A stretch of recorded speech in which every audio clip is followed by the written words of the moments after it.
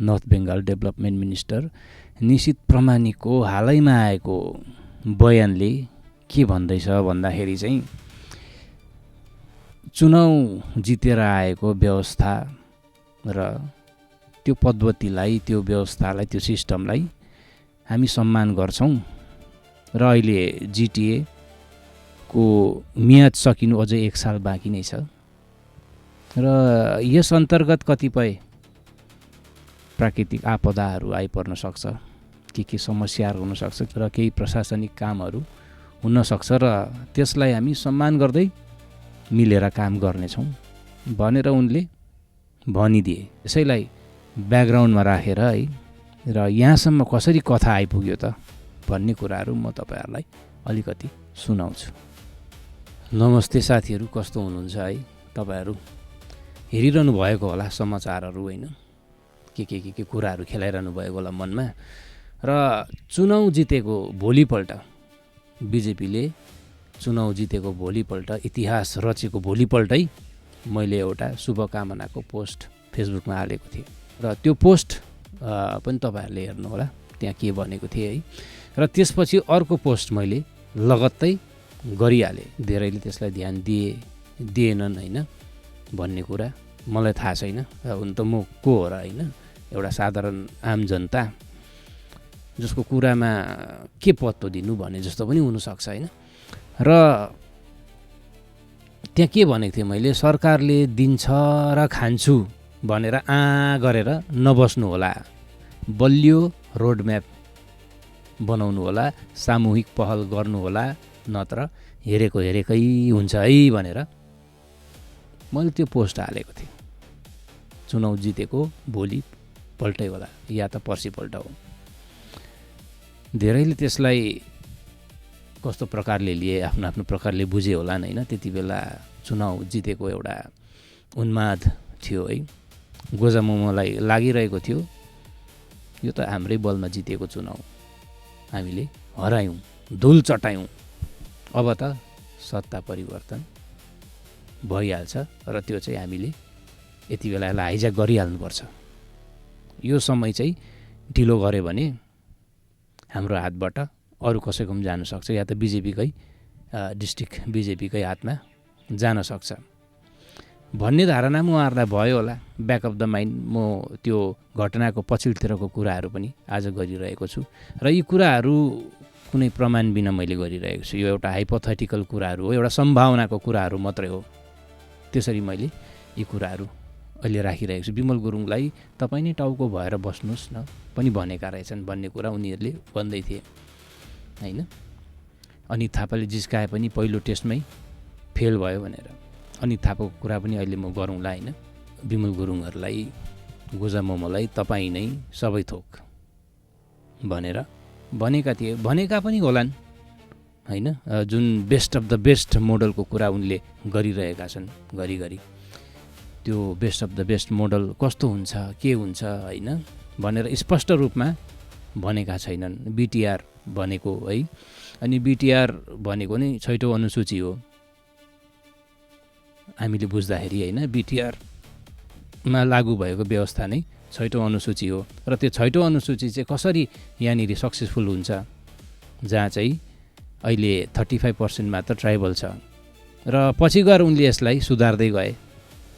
अब पहिला जनजाति हुन्छ सबैजना, अनि त्यस पछाडि हामी थाप्छौँ best of the best north इस्टको यो मोडल।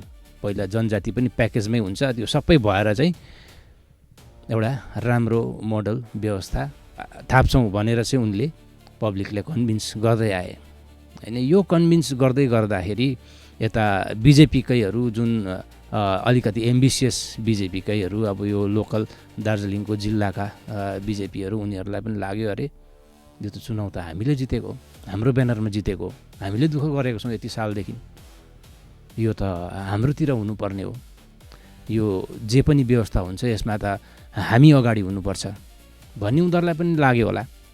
भट्टाभट आफ्नोमा यता है खदा लगाउँदै झन्डा दिँदै, खदा लगाउँदै झन्डा दिँदै सबैजना गुटुङ टुङ टुङ टुङ टुङ पस्न थाले। अनि थापाहरू त यसै हारेको उसै हारेको होइन। उनीहरूले आफ्नै प्रकारले सोचिरहेका थिए, अब कसरी कहाँ मौका पाउँछ, कसरी मौका पाउँछ र त्यहाँनिर पसौँ। यता मन घिसिङहरू अझै पनि राम्रोसँगले मुख खोलेर के भन्न खोजेको, के गर्न खोजेको भन्ने कुरा उनीहरू स्पष्ट नै भइसकेको छैन।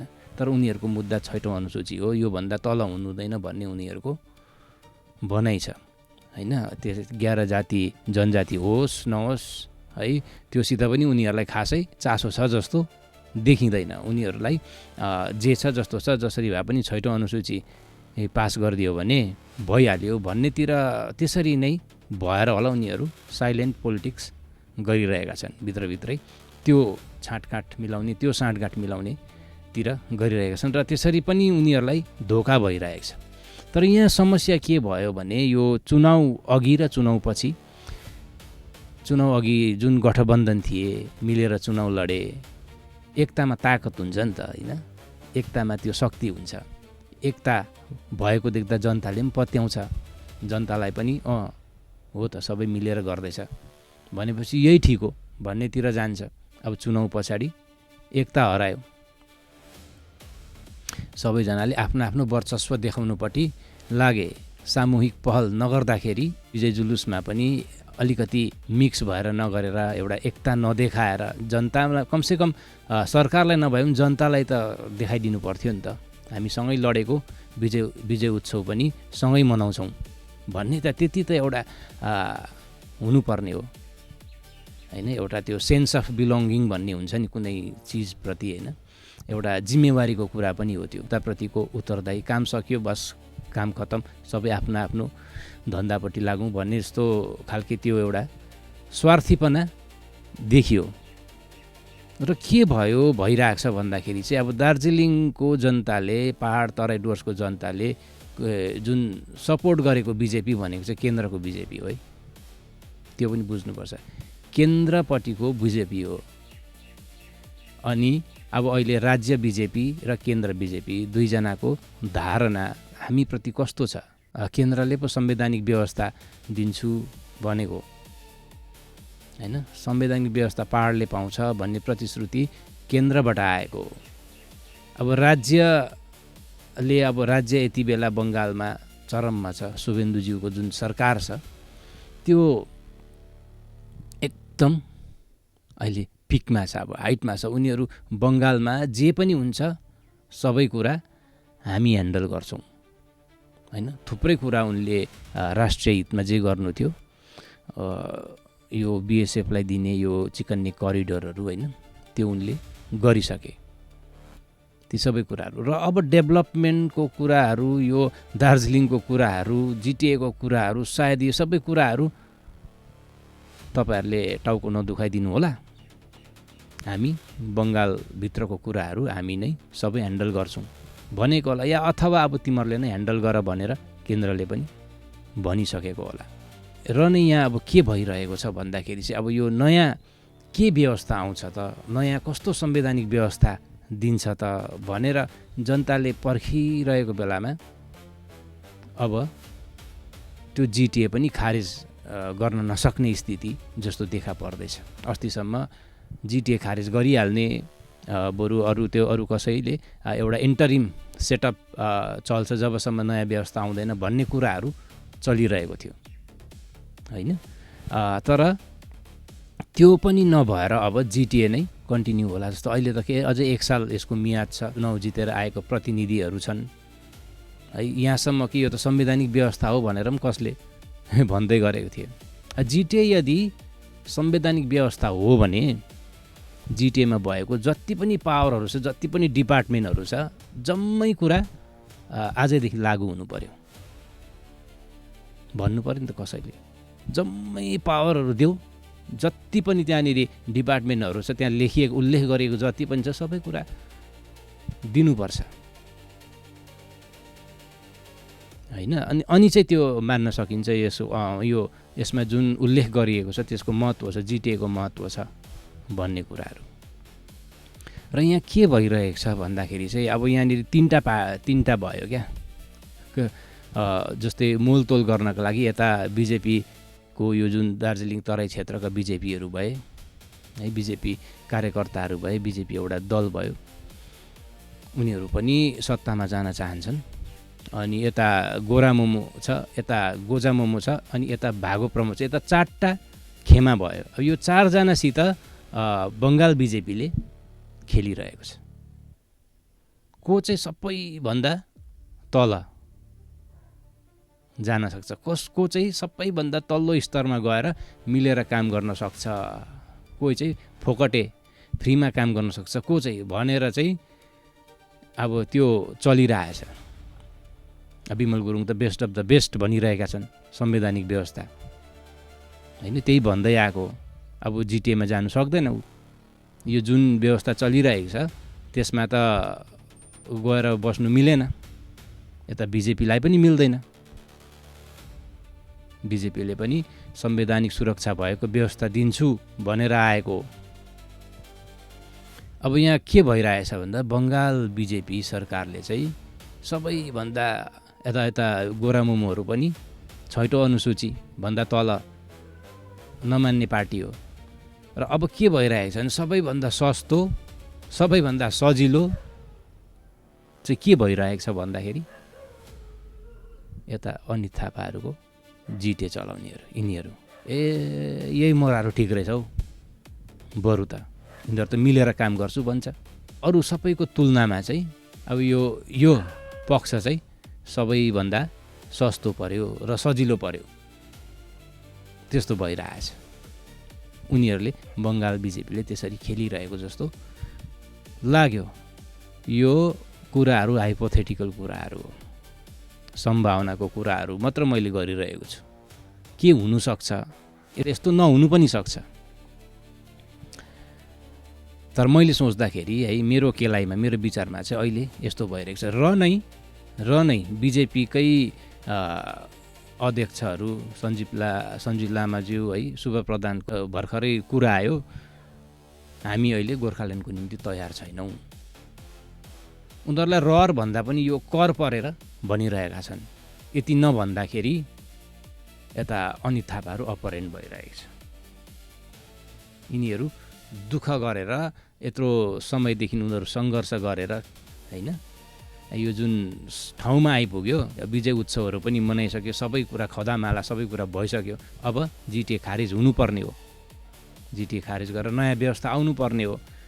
दल बल सबै लिएर सबै रेडी भइसक्यो। तर मञ्चमा भने अब त्यो पुरानै के अरे हारेको एक्टरले है, पुरानै कमेडियनले मञ्च छोडेकै छैन क्या। मथु एक्टरले मञ्च छोडेकै छैन। अब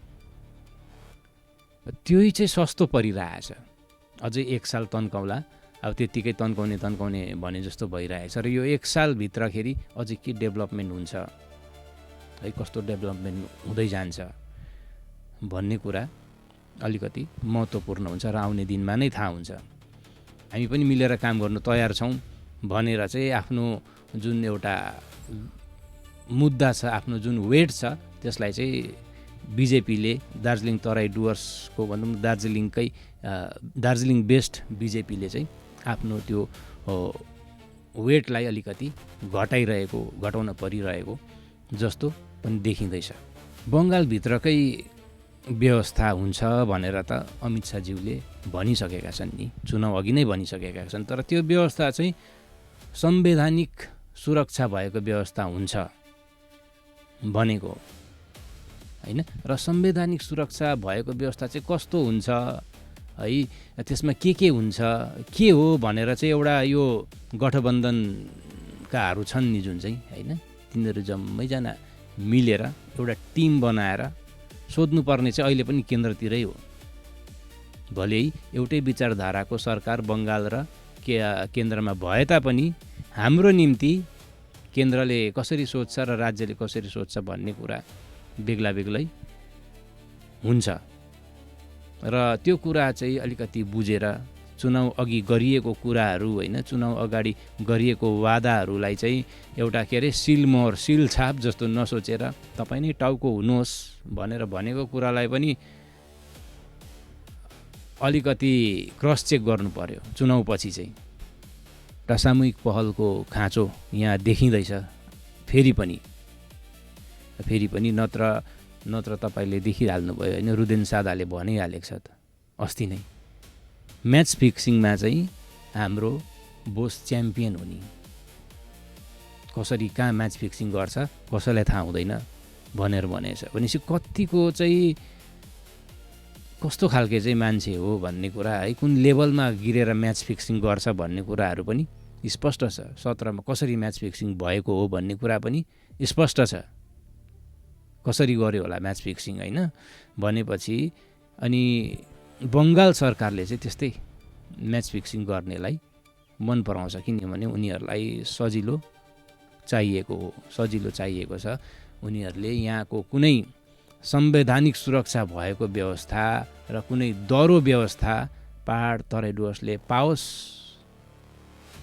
भन्नेतिर चाहिँ छ कि छैन भन्ने कुरा चाहिँ अब बिस्तारी खुलिँदै जान्छ र क्लियर हुँदै जान्छ। र साथीहरू, मैले यी कुराहरू गरेँ होइन, यो कुराहरू तपाईँहरूलाई कस्तो लाग्यो? र यो कुरा मैले एउटा 2 पल्ट अगाडि नै भनिसकेको छु, यो एउटा खालि सम्भावनाको कुराहरू गरेको होइन, यो एउटा केलाइएको कुराहरू, किनभने मैले आफ्नो विचार राखेको मात्रै हो। र यो विचार तपाईँहरूलाई कस्तो लाग्यो र यस्तो घटना मैले यसरी यो केलाइरहेको छु र तपाईँहरूलाई के लागिरहेको छ, तपाईँहरूको विचारमा के हो भने तपाईँहरूले पनि आफ्नो विचार राख्नुहोस्। अनि त्यो चाहिँ बुझेर त्यो माथि फेरि हामी चर्चा परिचर्चा गर्दै जानेछौँ र यसरी नै हामी यो घटनाहरूलाई खोताल्दै केलाउँदै जानेछौँ। धन्यवाद।